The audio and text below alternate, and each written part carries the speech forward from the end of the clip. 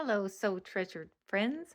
Welcome to video number 4 about sewing the so treasured Dory Boat pattern. Before I tell you the fun little tips for sewing, I would like to just clarify a couple things from the last video. When I was discussing the glue pen, I think because I'm not used to using it, perhaps I had it dialed out a bit too much. And maybe that caused, as I pushed along some of the gloopiness of it. But give this one a try if you would like, and let me know what you think. This one is also I haven't used very often. The Elmer's one sticks more surfaces, maybe because it's a stronger glue. It was a bit harder to spread. Anyway, that it definitely does stick down though, so that's something to keep in mind. I think my favorite, or maybe I'm just so used to it, is this one still that I always recommended, and it's what I started with. But yeah, let me know what you think. The second thing I'd like to clarify is in the pattern, I realized I do sort of give a suggestion of how to wrap your fabrics around the stabilizer. A few people have told me that they wrap it instead of, doing the bottoms and tops, they do it in a different order. Experiment, see what works for you best. I don't think it matters that much. So yeah, have fun with that.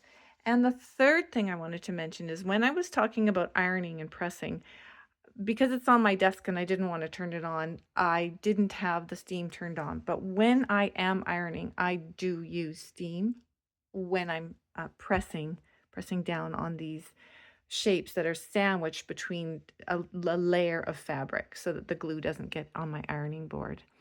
So let's get on to the exciting part of sewing. Now, when I'm sewing, I usually use Gutermann thread. It's polyester just because it's a little stronger, and I like to pull it a little tighter because I'm making a 3D object and I want it to last and be durable. And so I thread a needle.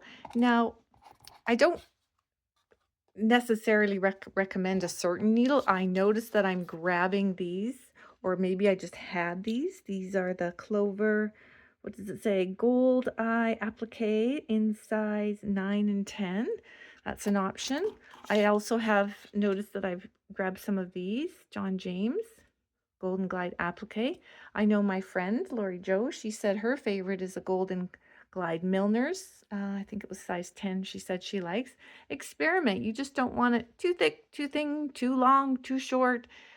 Just something that works and feels good in your hand that you can handle with your dexterity.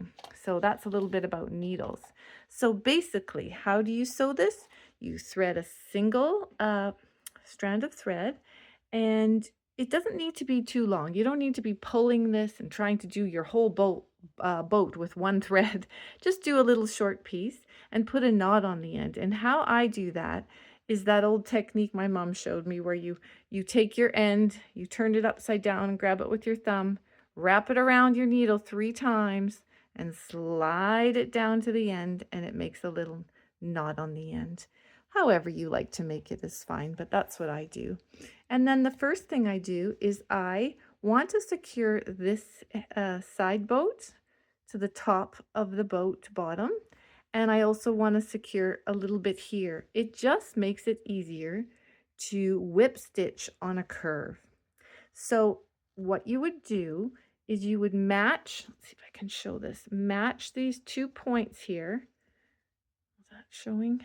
And then you're going to whip stitch just a little bit from here to here. And a whip stitch is just going in and in and in. You're catching, I've got a little bit sewn here, but I'll show you. You go in through both layers of fabric and stabilizer.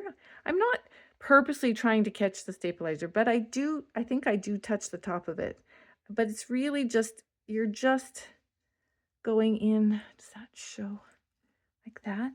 And then what I do is before I pull that first stitch really tight, I go through my loop and it makes a little locking stitch. So then just go in again, just a little stitch. That shows. It's hard to do with the camera here in my way. I can't see. And then just pull it tight. Oh my goodness, it's not really working. I am doing this by looking underneath my camera. So threaded that again. So just finish your whip stitch right to this corner and then do a little locking stitch and it will be attached there. Then you're going to do the same at the other end. So you thread your needle, you would match this up, those two corners like that. You could put a clip in if you wanted to help hold. And then you're going to whip stitch here and go right along there.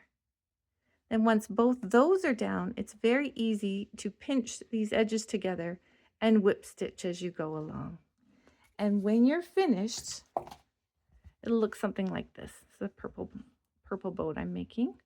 So you've got one side attached, and then all I would do is just flip that down out of my way, take your other side, and do the same thing. Attach it, the points there, whip stitch, whip stitch. Attach the other end because it makes it easy, and you know this is going to fit perfectly. You see that? It's going to go. So whip stitch. And then once that's on, you only have this piece to add, and that's added like this. Like that. Don't worry if this sticks out a little bit, just center it on that bottom piece. And you're going to whip stitch. Oh, this camera. You're going to whip stitch all the way across. Do a little locking stitch at each end. Then, once that's all together, they'll be attached. You just do the same here. It's all whip stitch, whip stitch, whip stitch. And then the same here. Pretend this is already attached. Take too long for me to show you all this on a video, but you get the idea. You do the center fronts, and then it's super exciting because then it's done once you whip stitch the front, and it would look something like this. Now, I noticed because I've turned this boat so many times, you see this little edge coming up? I would glue that down again, or maybe do a couple little stitches just through the pellin to hold it. It's because I've been demonstrating this in a class, and every time I turn it, I put a little stress on it. But you can see how beautiful it just pops into shape. Nice and smooth. And there's the outer boat. And how does the inner boat go? Well, once it's sewn together, pretend this one is already sewn together.